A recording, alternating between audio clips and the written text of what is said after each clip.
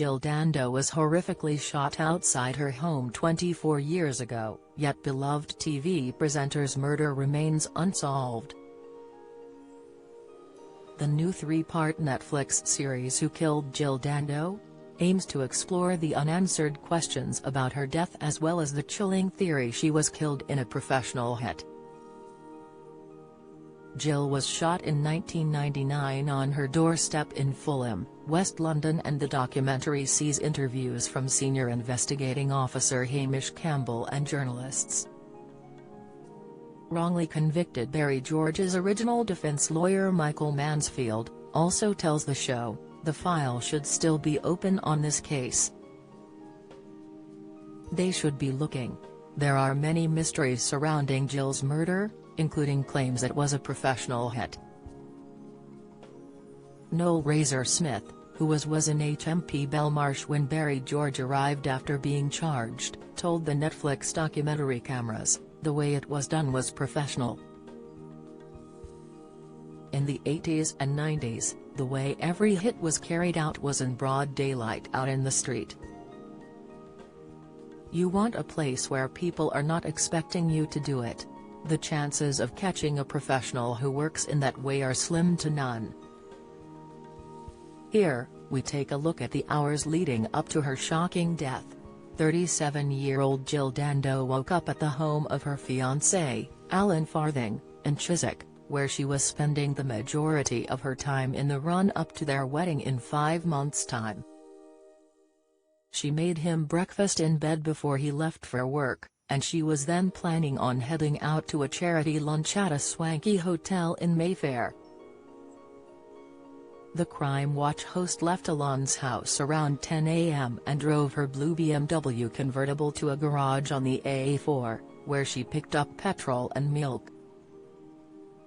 Jill drove on to Hammersmith in West London to park up and visit the King's Mall shopping centre, where she visited Ryman's, Dixon's and the Link to pick up fax paper and other stationery bits before leaving at 11:01 a.m. Her car was then seen heading back towards Fulham, where she lived, and reports suggest that CCTV analysis of her vehicle showed no evidence to prove she was being followed. One of the last people to see the star alive was Customs and Excise surveillance expert Sarah Pusey, 53, who was out in her car and stopped at traffic lights next to Jill's BMW. Sarah told the Daily Mail, "I was in a queue of traffic going towards Hammersmith. She was in a soft-top car coming the other way. I remember thinking that's Jill Dando and smiling across at her. She smiled back." Before heading to her house on Gowan Avenue, the TV star went to Cope's Fishmongers on Fulham Road to get the meal she was planning to cook for her fiancé that night. Phone records showed she made 4 calls while she was out at the shops, dialing a friend, 192 directory inquiries and her agent's assistant. Jill also rang a West End theatre to confirm a booking for tickets to see the ABBA musical Mamma Mia, which she'd bought for her partner as a birthday present. The last call is said to have been placed at 11:23 a.m., when she is believed to have been still in the fish shop and less than 10 minutes before her presumed time of death. Jill was shot in the head on her doorstep at 11:32 a.m. Jill's body was discovered 14 minutes later by a neighbor. Richard Hughes, Jill's neighbor, said he heard her scream outside her front door, but didn't hear a gunshot. He said he looked out of his window and saw a white man, about 6 foot tall, aged about 40, walking away from Jill's house. Vita Saunders also revealed she found the tally star slumped in a pool of blood, still clutching her house keys in one hand. She added that the disturbing scene was punctuated by the noise of Dando's mobile phone, which was going off constantly inside her bag. Saunders told Mail Online she was having tea at a neighbor's home when another friend, Helen Doble, knocked at the door and begged her to come with her to an address in the next street.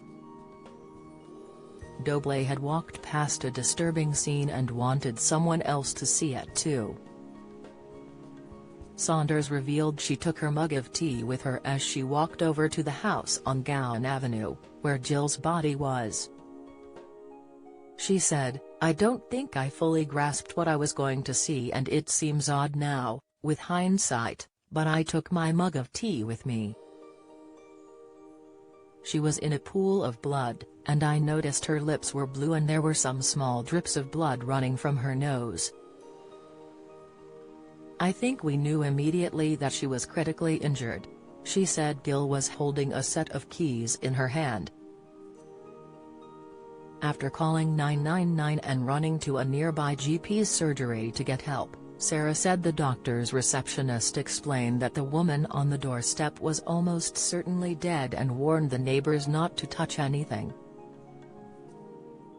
She added, "I just stood there staring at my cup of tea, which I had put down on top of the garden wall, and everything went into slow motion." Sarah then went into another resident's house, where she watched the body being taken away on a stretcher and says she saw Dando's face had turned pink again and she thought paramedics had managed to save her. However, she later realized the change she'd witnessed was because emergency workers had pumped oxygen into Jill's body in a desperate attempt to save her.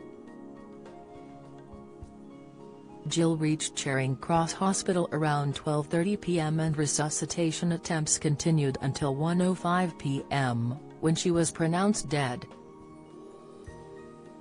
Her friend and colleague BBC presenter Jenny Bond announced Jill's death on air. Follow Mirror Celebs on Snapchat, Instagram, Twitter, Facebook, YouTube and Threads.